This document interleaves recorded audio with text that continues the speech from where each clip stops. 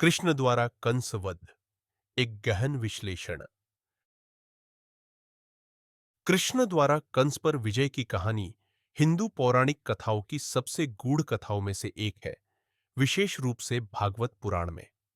यह कथा कई स्तरों पर काम करती है, एक ऐतिहासिक विवरण के रूप में, एक आध्यात्मिक प्रतीक के रूप में, और अच्छे तथा बुरे की प्रकृति पर एक दार्शनिक टिप्पणी के रूप में। आइए इस समृद्ध कथा को विस्तार से समझते हैं। ऐतिहासिक और सांस्कृतिक पृष्ठभूमि। ऐसा माना जाता है कि ये घटनाएं द्वापर युग में हुई थीं, हिंदू कालचक्र का तीसरा युग। उस समय धर्म का ह्रास हो रहा था और अधर्म का प्रभाव बढ़ता जा रहा था। मथुरा, जो आज के उत्तर प्रदेश में स्थित है, एक समृद्ध राज्य था, लेकिन कंस के अत्याचारों के कारण अंधकार में डूब गया था। मथुरा वृष्णि वंश का एक सांस्कृतिक केंद्र था, जिसका उल्लेख बाद में महाभारत में भी होता है। मथुरा पर हो रहा अत्याचार उस सामाजिक और नैतिक पतन का प्रतीक था, जिससे निपटने के लिए दिव्य हस्तक्षेप आवश्यक हो गया। कंस का स्वभाव और सत्ता की लालसा। कंस जन्म से दुष्ट नहीं था, लेकिन समय के साथ अभिलाषा और भय ने उसे अधर्मी बना दिया। वह भोज वंश के राजा उग्रसेन का पुत्र था और विशेषाधिकारों में पला बढ़ा।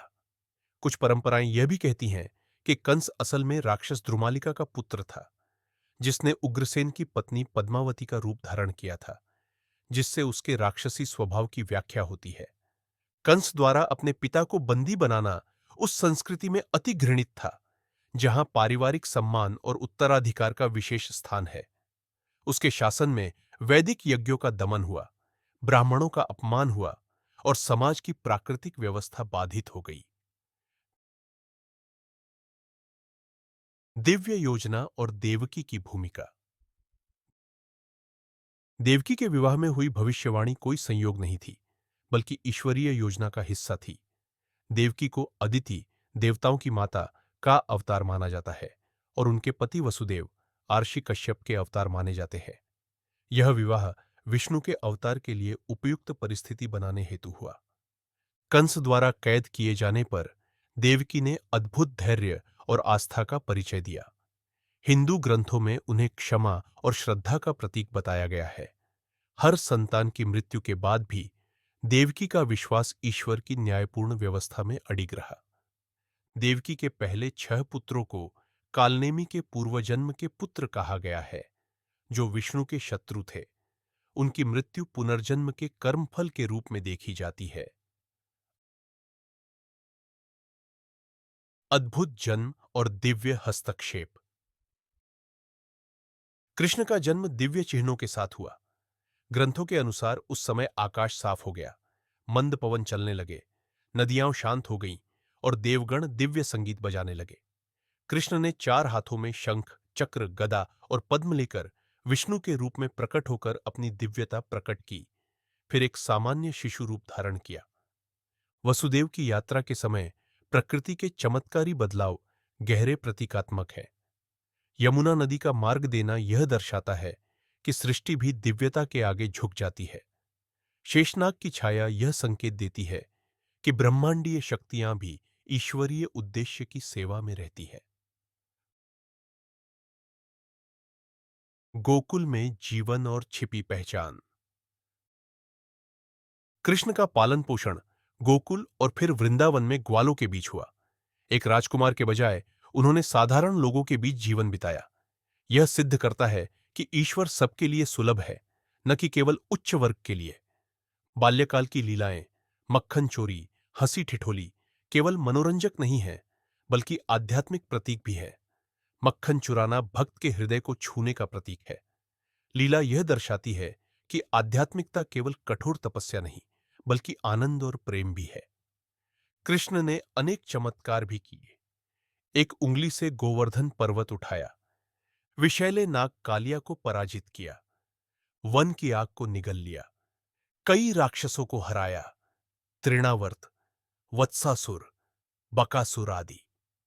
हर घटना में निर्दोषों की रक्षा और कृष्ण की दिव्यता का संकेत था। कंस का भय एक मनोवैज्ञानिक दृष्टिकोण। कंस का भय एक मनोवैज्ञानिक अध्ययन का विषय है।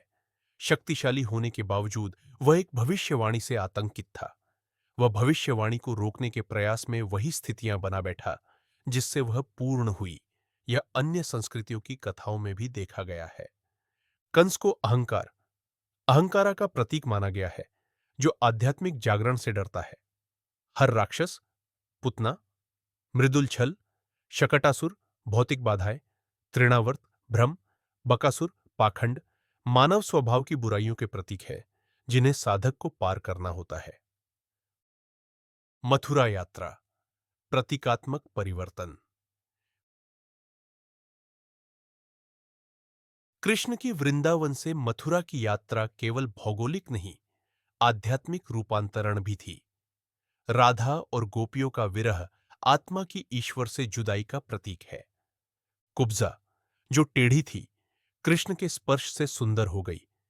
यह दर्शाता है कि ईश्वर हर विकृति को सुधार सकते हैं।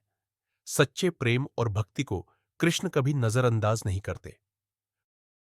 कुश्ती का प्रतीकात्मक अर्थ। कंस के अखाड़े की कुश्ती गहरा प्रतीक है। यह प्राचीन भारत में शौर्य और वीरता का प्रतीक था। कृष्ण ने मानव सीमाओं में रहते हुए भी दैवी श्रेष्ठता सिद्ध की। कुवलयापीड़ हाथी भौतिक शक्ति का प्रतीक था और उसका अपने ही दांतों से पराजित होना बताता है कि अनैतिक बल अंततः स्वयं विनाश का कारण बनता है। अखाड़ा सामाजिक मंच है जहां न्याय खुले रूप में होना चाहिए। कंस का वध, न्याय की पुनर्स्थापना। कंस की मृत्यु, उसके बालों से घसीटना और मंच पर मारना केवल काव्यात्मक न्याय नहीं था, बल्कि धर्म की पूर्ण स्थापना के लिए आवश्यक था। कृष्ण ने स्वयं राजा न बनकर उग्रसेन को पुनः सिंहासन दिया। यह बताता है कि अवतार सत्ता के लिए नहीं, बल्कि संतुलन बहाल करने आते हैं। दार्शनिक व्याख्याएं। विभिन्न दर्शनों की दृष्टि में यह कथा अलग अर्थ रखती है। अद्वैत वेदांत, आत्मा का अज्ञान पर विजय। विशिष्टाद्वैत, ईश्वरीय कृपा और प्रयास का संबंध। द्वैत, दैवी और आसुरी शक्तियों का संघर्ष। भक्ति परंपरा, ईश्वर की कृपा और प्रेम। भगवद गीता 4.7 से 8 में यही सिद्धांत कहा गया है। जब जब धर्म की हानि और अधर्म की वृद्धि होती है, तब तब मैं स्वयं प्रकट होता हूं। सज्जनों की रक्षा, दुष्टों के विनाश और धर्म की पुनर्स्थापना के लिए मैं हर युग में जन्म लेता हूं। सांस्कृतिक प्रभाव और वर्तमान परंपरा। यह कथा आज भी हिंदू भक्ति परंपराओं का अभिन्न अंग है।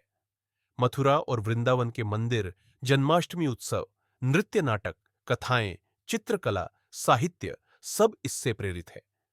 भारत के अलग अलग क्षेत्रों में इसकी स्थानीय व्याख्याएं भी प्रचलित है, लेकिन मूल संदेश समान है।